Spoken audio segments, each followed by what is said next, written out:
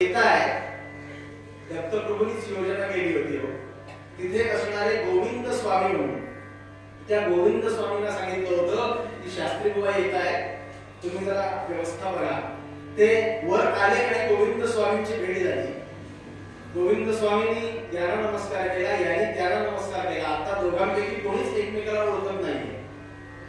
म्हटलं कोण आपण?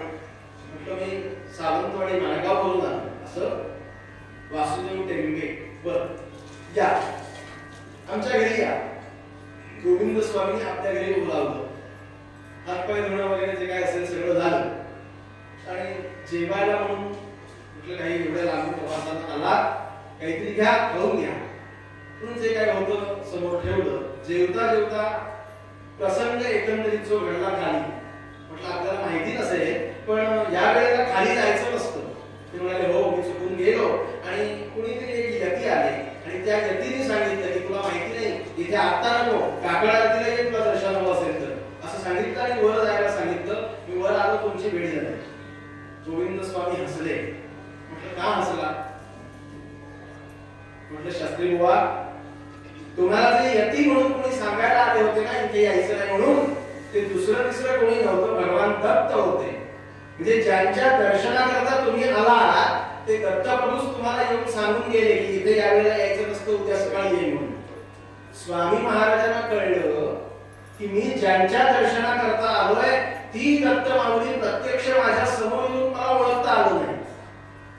काय म्हणजे दुःख झालं हो, माझ्या समोर येऊन मला ओळखता आलं नाही.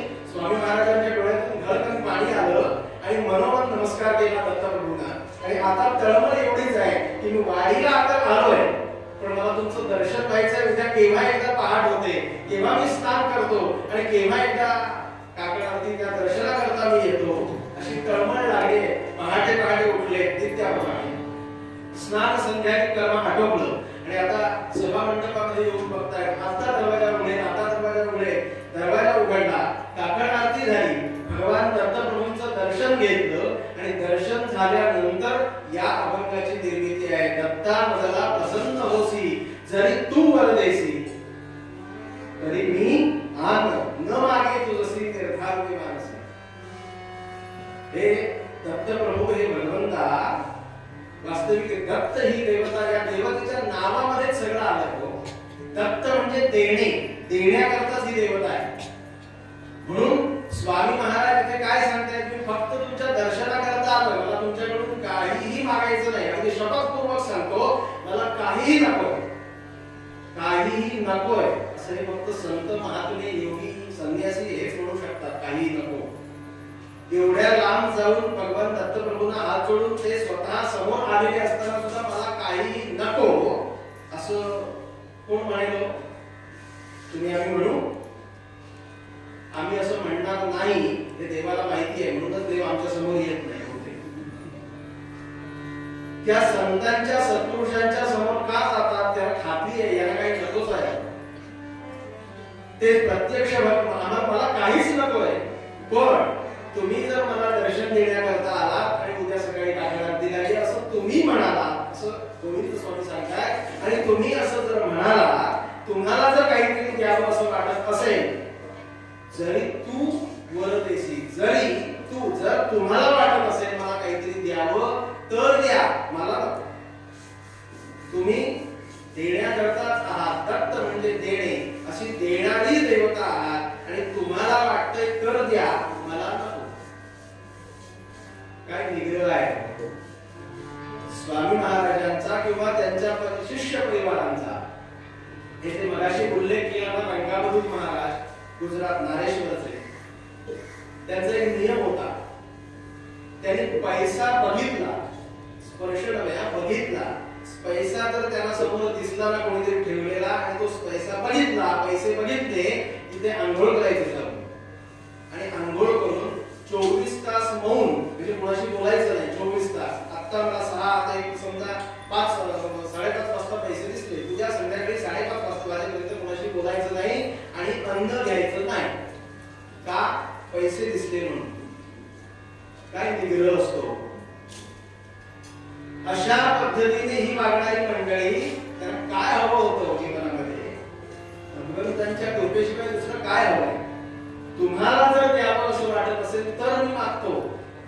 मी अगदी शपथपूर्वक सांगतो, मला काहीही नको असे स्वामी महाराज सांगणारे ते इतकं आपल्याकडे नम्रपणा घेत आहेत किंवा भगवान दत्तप्रभूंना सांगतायत तुम्ही देण्याकरता आहात पण मला नको.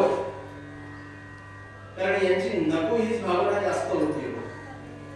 त्रिभुवनाचं वैभव सुद्धा आम्हाला नको अशी म्हणणारी संत सत्पुरुष मंडळी असतात. यांनी नको असं म्हटलं भगवंताला. याचं कारण सांगतो. सगळ्यात या जगामध्ये हलकी वस्तू काय आहे? काय हलका आहे सगळ्यात? एकाने हलक्या वस्तूची यादी करायला सुरुवात केली. तो म्हणाला मी हलक्या वस्तूंची यादी करतो. म्हणून पहिल्यांदा त्याने वस्तू लिहिली गवताची काडी.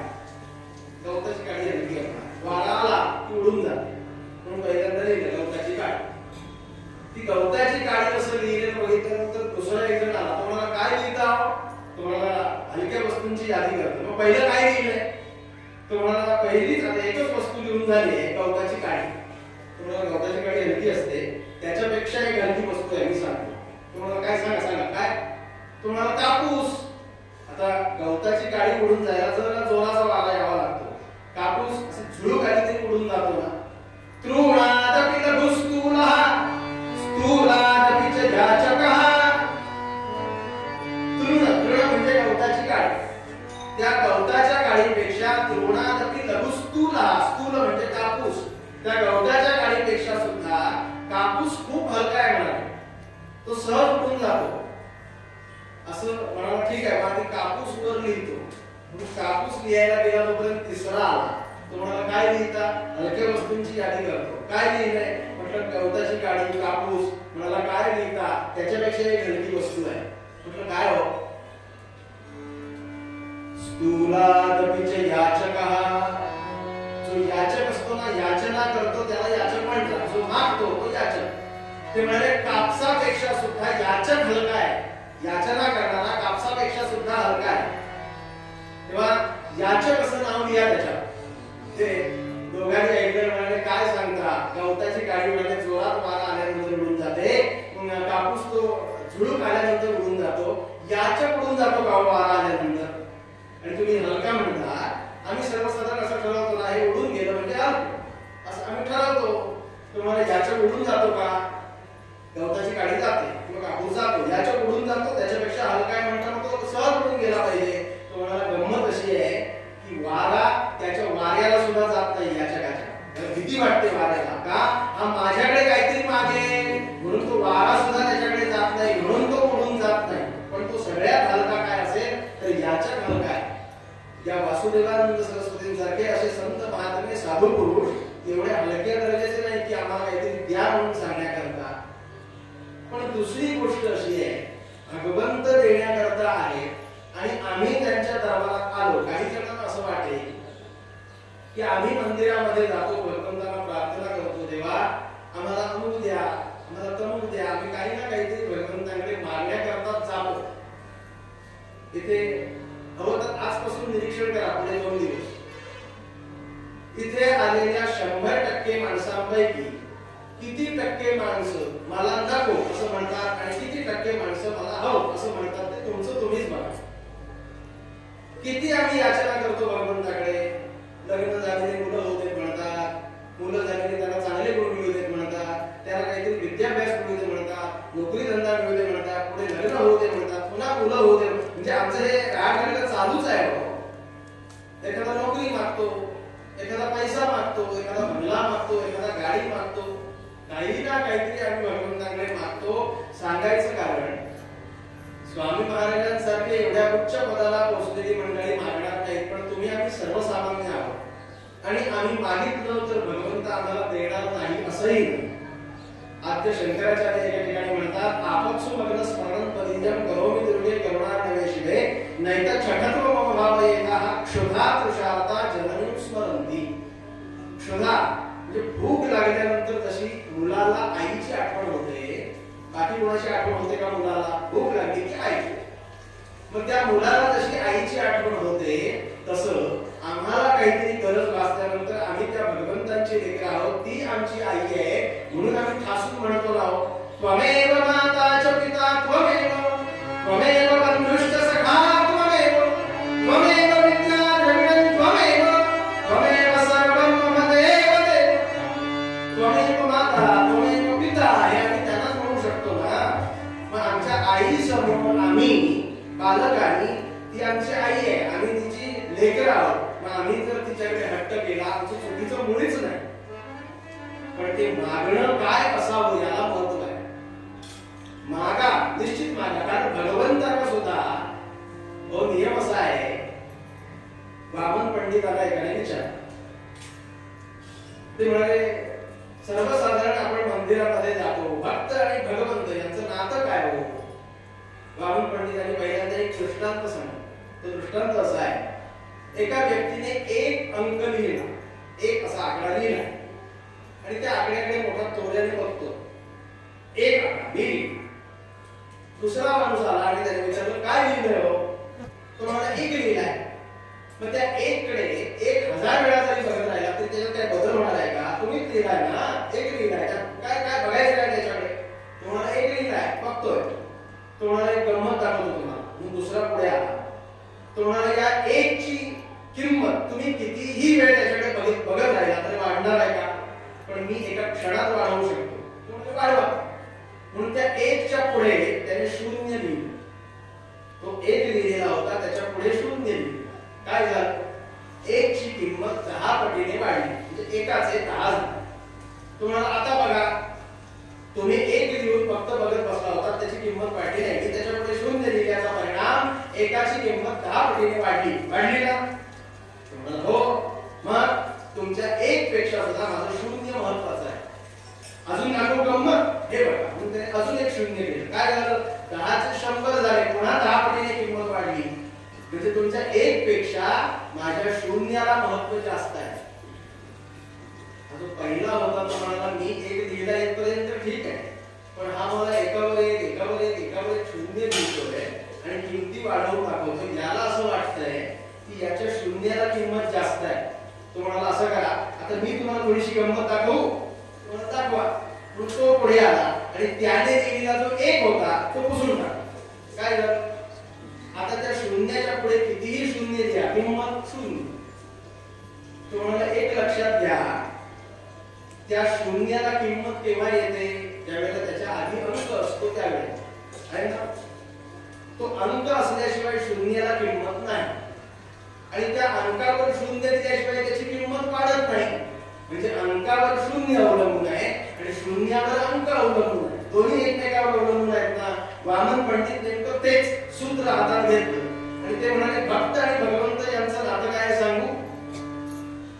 अंकाविणे शून्य दिसे रिकामा, अंकाविणे शून्य दिसे रिकामा, शून्याविणे अंक नयेची कामा. नुसतं शून्य लिहूनही चालत नाही, नुसतं अंक लिहूनही चालत नाही. तोच नियम म्हणाले इथे आहे. भक्ताविणे देव दिसे रिकामा, भक्ताविणे देव दिसे रिकामा, आणि देवाविणे भक्त नयेची कामा. अवधूत चिंतन श्री गुरुदेव. हे कसं अंक आणि शून्य यांचं नातं आहे ना, तसंच भक्त आणि भगवंतांचं नातं आहे. आम्ही छान मंदिर बांधतो, त्याच्यामध्ये एक सुबक रेखीव अशी मूर्ती स्थापन केली. मंदिर बांधून झालं, मूर्ती स्थापन करून झाली, त्याची रंगरंगोटी सगळं करून झालं, आणि त्या मंदिरात आम्ही कधीच गेलो नाही. ढुंकून सुद्धा कोणी त्या मंदिराकडे बघितलं नाही. काय उपयोग आहे? त्या भगवंताला तरी जरा असं बरं वाटेल का? त्या भगवंताला सुद्धा असं काय आहे, मला इथे आणून ठेवलंय पण कोणीच येत नाही असं वाटेल. पण ज्या मंदिरामध्ये मंदिर जुनं असेल, कौलारू असेल, त्याहीपेक्षा मातीचं असेल, अशा पद्धतीतलं मंदिर आहे, पण सारखी भक्तांची रांग लागली, रीग लागली, असं सतत भक्त मंडळी येत आहेत. अशा मंदिरामध्ये जे चैतन्य असतं, ते बाकी सगळं चांगलं असेल पण भक्त नसतील तर त्यामध्ये चैतन्य येत नाही. भक्त आणि भगवंतांचं नातं इतकं घट्ट आहे की तिथे भक्तही असावा लागतो आणि भगवंतही असावा लागतो. मग तो भक्त मागणारा असला तरी चालेल, पण काय मागितलं पाहिजे हे फार महत्वाचं आहे. त्याकरता पहिल्या चरणामध्ये स्वामी महाराज स्मरण तुझे मज नित्य असावे तव गुण आवे गावे. दुसरं काहीच देऊ नका हो. भगवंता देण्याचं तर एवढंच द्या, स्मरण तुझे, अखंड तुमचं स्मरण, तुमची आठवण मला सतत असावी, तुमचं नामस्मरण माझ्याकडून अखंड होत राहावं. कधी कधी व्हावं. वामन पंडितच वर्णन करतात, सदा येता जाता मुखत बसता कार्य करिता, सदा देता घेता बदली बदता का सगळीता, घरी दारी शय्येवरी सुखाचे अवसरी, समस्तांची लज्जा त्यजनी भगवत चिंतन करी. एक क्षण सुद्धा असा सोडला नाही. देता जाता देता सतत भगवंतांचं अखंड नामस्मरण करावं. हो, जर आम्ही त्याची आठवण ठेवली तर तो आमची आठवण ठेवणार. नियम आहे. मी जर तुमच्याशी बोललो तर तुम्ही माझ्याशी बोलणार ना. मीच बोललो नाही तर तुम्ही कशाला माझ्याशी बोलणार. हा साधा नियम सर्वसामान्य. तसं भगवंतांची आठवण आम्ही ठेवली तर आमची आठवण भगवंत ठेवतो. या नियमाला अनुसरून अखंड भगवंतांचं अनुसंधान स्मरण तुझे मज नित्य असावे. आणि म्हटलं नुसतं स्मरण असून उपयोग नाही, तव गुण भावे गावे. म्हणजे अशा संतांच्या, सत्पुरुषांच्या, भगवंतांच्या मंदिरामध्ये गेल्यानंतर आम्हाला काय मिळावं, काय मागावं हे निश्चित ठरलेलं असावं. स्वामी महाराजांच्या चरित्रातली एक गोष्ट सांगतो. लहान दोन सांगतो. स्वामी महाराजांचे अनेक भक्त होते. एकदा महाराज गोकर्णाला असताना एक देवराप नावाचा ब्राह्मण सतत स्वामी महाराजांच्या सेवेकरता असायचा. त्याला काही हवं नको सगळं जातीनं लक्ष द्यायचं. असं करता करता करता सेवा चालू आहे. आणि स्वामी महाराजांनी सांगितलं होतं की उद्या संध्याकाळी आम्ही काशीला जायला निघणार. काशीला जायला निघणार असं म्हटल्यानंतर याची तळमळ जरा वाढली. एवढे दिवस मी सेवा करतोय, काहीतरी मला आशीर्वाद द्यायचा, काहीतरी माझ्यावर कृपा करायची. ते राहिलं बाजूला. उद्या काशीला जातो म्हणाले, काय करू. म्हणून दुसरा दिवस निघण्याची वेळ जवळ आली. तसं याची आणखी गडबड होतीये. आणि आता निघायचं असं असताना हा गेला. नमस्कार केला. म्हटलं महाराज कृपा करा. म्हटलं आहे माझी कृपा आहे. तसं नाही, काहीतरी आशीर्वाद द्या. म्हणजे काय हवंय. म्हटलं माझी खूप गरीब आहे हो. काहीतरी पैसे अडक्याची व्यवस्था करा. काहीतरी पैसे मिळतील, मी श्रीमंत होईल असं करा. स्वामी महाराज म्हणले ठीक आहे एवढंच ना. म्हणून स्वामी महाराजांनी एक मंत्र दिला त्याला. या मंत्राचा 3 लाख जप कर. तो जप झाला की तुझ्यावर लक्ष्मी प्रसन्न होईल असं सांगितलं. त्याच्या आधीचे नंतरचे काही नियम सांगितले. आणि स्वामी महाराज म्हणाले झालं येऊन. म्हटलं या तुम्ही आता या वेळेला काशी यात्रेला गोकर्ण आणि काशी दक्षिण उत्तर टोक कधी पोहोचणार. ते म्हणाले बघतो दत्त महाराजांची कृपा, त्यांची आज्ञा झाली आहे ती ते सांगतील तसं ठीक आहे. पण गेल्यानंतर तार करा, कळवा किती वाजता पोहोचला. महाराज म्हणजे ठीक आहे. त्यावेळेला मोबाईल फोन वगैरे पत्र असं काही तार असायचं, कळवतो. म्हणून महाराज गोकर्णामधून निघाले. त्याला तो मंत्र दिला. त्याने दुसऱ्या दिवशीपासून अनुष्ठानाला सुरुवात केली आणि लवकरात लवकर 3 लाख जप पूर्ण करावा. त्याप्रमाणे 3 लाख जप पूर्ण झाला. आणि याला आतून सरस्वती प्रसन्न झाली, विद्या स्फुरली. आणि हा प्रवचन करू लागला. आज या गावात, उद्या त्या गावात, त्या गावात अशी प्रवचन करतो. आणि प्रवचनाला इतकी गर्दी व्हायला लागली, लोकांना ते आवडायला लागलं. प्रवचन झाल्यानंतर लोकांना इतकं पसंत पडायचं, इतकं आवडायचं की याच्या समोर पैशांचा ढीग जमायचा. ढीग इतका पैसा जमायला लागला. याने तो आपल्याला हवं हवं ते सगळं घर नवीन बांधायचं, काय बायकोला दागिने घ्यायचे, बायकोला वस्त्र घ्यायचे, जे काय असेल सगळं श्रीमंत झाला. ठीकठाक त्याच्या मनाप्रमाणे सगळं व्यवस्थित झालं. तरी याला पैसा मिळणं चालूच आहे. आणि असं करता करता करता भरपूर शेवटी त्याने काय केलं. आज समजा या मंदिरात आला, इथे प्रवचन झालं, इथे पैसा जमला की याने जाताना सांगावं की हा सगळा पैसा तुमच्या मंदिराकरता खर्च करा. कुठेतरी धर्मशाळा बांधा, जे काही तुम्हाला काही मंदिराची रंगरंगोटी करायची असेल, डागडुजी करायची असेल ते करा. हा पैसा मला नको, इथेच राहू दे असं सांगायला लागला. म्हणजे पैशाला कंटाळला, पैसा नको म्हणायला लागला. इतका पैसा मिळाला हो. आणि असा पैसा मिळतोय, एवढी सगळी श्रीमंती वाढते. एक बाजू झाली दुसरी बाजू अशी आहे, स्वामी महाराज तिकडे पोहोचले, तार आली आणि तार वाचली. गोकर्णाहून काशी म्हणजे काशीला स्वामी महाराज फक्त 15 मिनिटात गेले. कारण तार तिथून ज्या वेळेला केली जाते त्यावेळेचा वेळ त्यावर लिहिलेली असायची. त्यामुळे याने हिशेब घातला. आता इथून म्हणजे समजा 5:45 निघाले, तिकडे 6ची वेळ घातलेली होती, तुम्हाला 15 मिनिटात स्वामी महाराज पोहोचले. याने पैसा मिळाला, सगळं झालं आणि कुठेतरी या चित्ताला म्हणजे त्यालाच वाईट वाटलं की जो योगी, जो सत्पुरुष 15 मिनिटात गोकर्णाहून काशीला पोहोचू शकतो, एवढी त्याची योग्यता आहे, एवढं त्याचं सामर्थ्य आहे, असा सत्पुरुष मला प्रसन्न झालाय आणि त्याने विचारलंय काय हवंय. त्यावेळेला मी काय मागून मागितलं, पैसा मला श्रीमंत करा. आता या श्रीमंतीचा सुद्धा मला कंटाळा आलाय, मी चुकलो.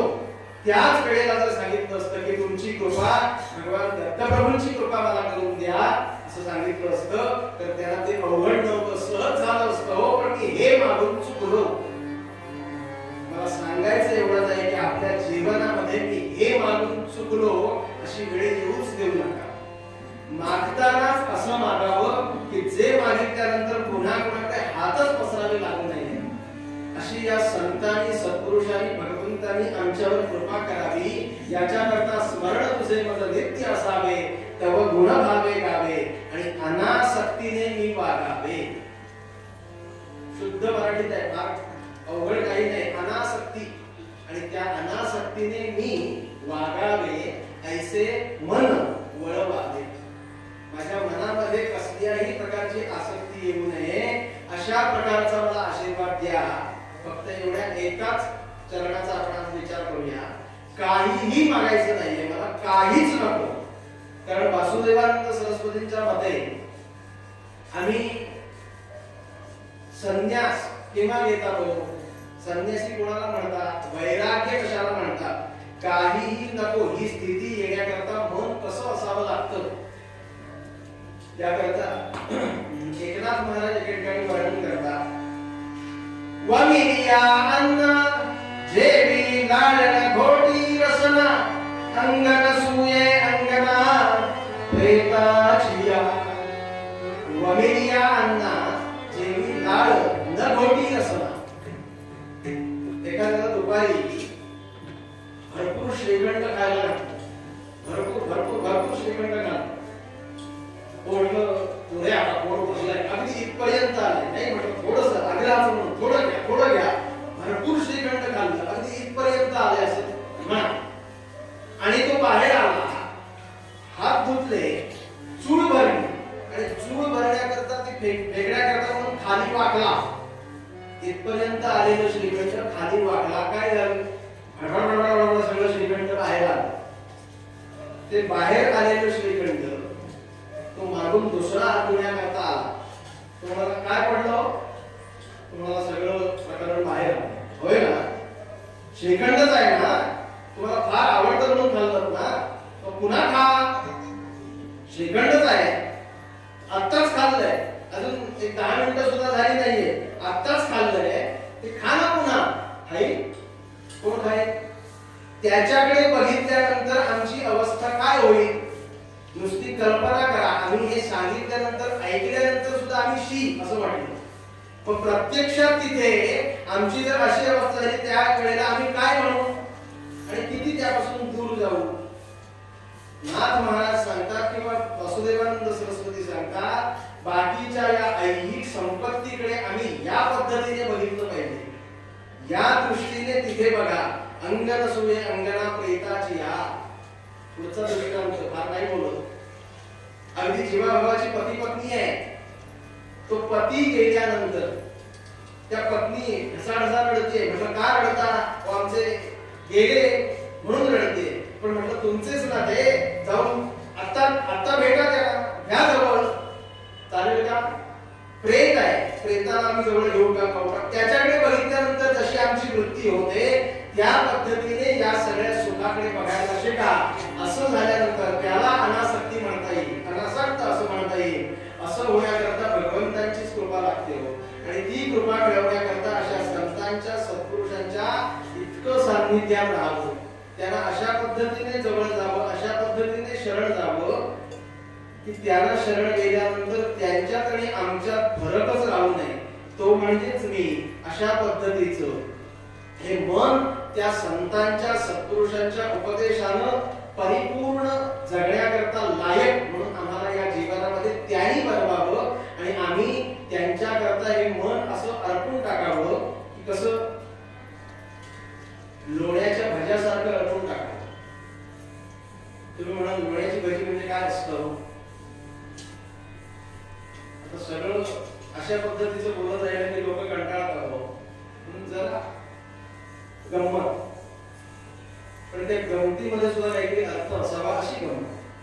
लोण्याच्या भज्यासारखं संतांना भगवंताला शरण जावं. लोण्याची भजी म्हणजे एकदा असंच कीर्तनात सांगितलं लोण्याची भजी. कीर्तन झाल्यानंतर 2 बायका कपडे बदलता बदलता म्हटलं वा मगाशी लोण्याची भजी सांगितली कीर्तनात. म्हटलं हो जरा सांगता का रेसिपी कशी करावी काय करावी सांगता येईल? म्हटलं सांगतो लिहून घ्या. ठीक आहे. कागद आणलं लिहून घ्यायला सुरुवात केली. असं करा बाजारात जा 1/2 किलो लोणी घेऊन या. तुम्हाला पण कोणाला आवडतं तर आत्ताच लिहून घ्या. 1/2 किलो लोणी घेऊन या. ठीक आहे. ते 1/2 किलो लोणी आणायचं आणि अर्धा तास फ्रीज मध्ये ठेवायचं. ठीक आहे. अर्धा तास फ्रीज मध्ये ठेवणे घेऊन घ्या. अर्धा तास झाला की ते फ्रीज मधून बाहेर काढायचं आणि 15 मिनिटं नॉर्मल टेम्परेचरला ठेवायचं. एका बाईने विचारलं म्हटलं वा अर्धा तास ठेवायचं आणि बाहेर काढून पुन्हा 15 मिनिटं नॉर्मल ठेव. त्याच्यापेक्षा 15 मिनिटं फ्रीज मध्ये ठेवलं तर म्हटलं रेसिपी सांगतोय कोण मी का तुम्ही? म्हटलं तुम्ही. मी सांगतो तसं ऐकायचं. 15 अर्धा तास ठेवायचं 15 मिनिटं बाहेर काढायचं. ठीक बाहेर ठेवायचं. 15 मिनिटं झाली की एक कागद घ्यायचा प्लास्टिकचा किंवा केळीचं पान त्याच्यावर थोडंसं तूप घालायचं आणि ते लोण्याचे जे काही भजी वडे तुम्हाला करायचं असेल ते लोण्याचा गोळा करून त्या तुपावर त्या केळीच्या पानावर म्हणा प्लास्टिकवर म्हणा थापायचे. तुम्हाला हवे तेवढे आकार करायचे किंवा भजी करायची असेल तर तसे. तोपर्यंत गॅसवर एक कढई ठेवायची. आता 1/2 किलो लोणी आणलंय ना मग अर्धा किलो तूप घ्यायचं आणि अर्धा किलो तूप त्या कढईमध्ये उकळत ठेवायचं आणि ते बऱ्यापैकी तापलं उकळलं उकळायला लागलं की तो जो केलेला लोण्याचा वडा असेल ना किंवा भजी असेल ते हळू त्या तुपात सोडायचं आणि सोडल्यानंतर भस्कर वर आलं की लगेच परतायचं. तरच फुगेला नाही तर फुगणार नाही. म्हणलं ठीक आहे. आणि असे उत्तम ते कोरलेले वडे तयार झाले की मला खायला बोलवायचं. उद्या दुपारीच का असं त्याला सांगितलं. तुम्हाला नाही सांगितलं. त्याप्रमाणे यांनी सगळं लिहून घेतलं. ठीक आहे. दुसऱ्या दिवशी संध्याकाळी पुन्हा कीर्तनाला हजर हो. म्हटलं आता बहुतेक लोण्याचे वडे घेऊन आलेले असावेत त्यामुळे कळेल नाही. कीर्तन झाल्यानंतर पुन्हा भेटायला आल्या. म्हटलं काय बुवा खोटं बोलता? कीर्तनात खोटं सांगता? म्हटलं मी काहीही खोटं सांगत नाही. कीर्तन संतांचे सत्पुरुषांचे विचार तुमच्यापर्यंत पोहोचवणे म्हणजे त्यांचे विचार पोहोचवायचे तुमच्यापर्यंत. पोस्टमन म्हणजे कीर्तनकार. त्यांचे विचार तुमच्यापर्यंत पोहोचवणं हेच आमचं काम. दुसरं काय? मी म्हटलं मी काहीही खोटं बोललो नाही. सगळं खरं खरं सांगितलं. एकही पणा झाला नाही. त्या लोण्यात त्या तुपात सोडला परतायला जाईपर्यंत नाहीच होतो. तुम्ही काय काय केलं? तुम्ही सांगितल्याप्रमाणे सगळं केलं. ते 1/2 किलो लोणी आणलं ते तसं म्हणजे अर्धा तास फ्रीज 15 मिनिटं बाहेर सगळं काय काय केलं. म्हटलं काहीतरी रेसिपी काही चुकलेलं नाही. तुम्ही जसं लिहून घेतलं तसं केलं. म्हटलं काय झालं? तुपात सोडला की तो तुपासारखाच होऊन जायचा. हो त्या लोण्याचं तूपच होऊन जायचं. भजी किंवा वडे कुठे मिळालेच नाही.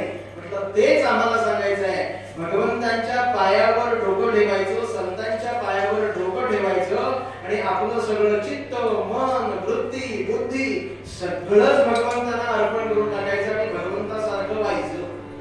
जसं लोण्याचे वडे करायचे ते तुपात मिसळतात तसं आम्ही त्या भगवंताच्या एकंदरीत रूपाशी एकरूप व्हायचं, त्याच्याशी मिसळून जायचं. दुसरं काही नाही. अध्यात्म म्हणजे भक्ती म्हणजे दुसरं काहीही नाही. यालाच भक्ती म्हणतात. भगवत स्वरूप होण्याकरता बस, दुसरं काही नको.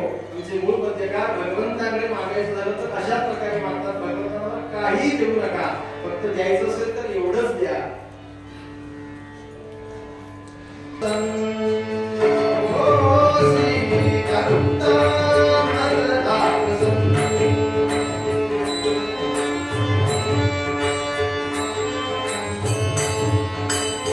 Oh,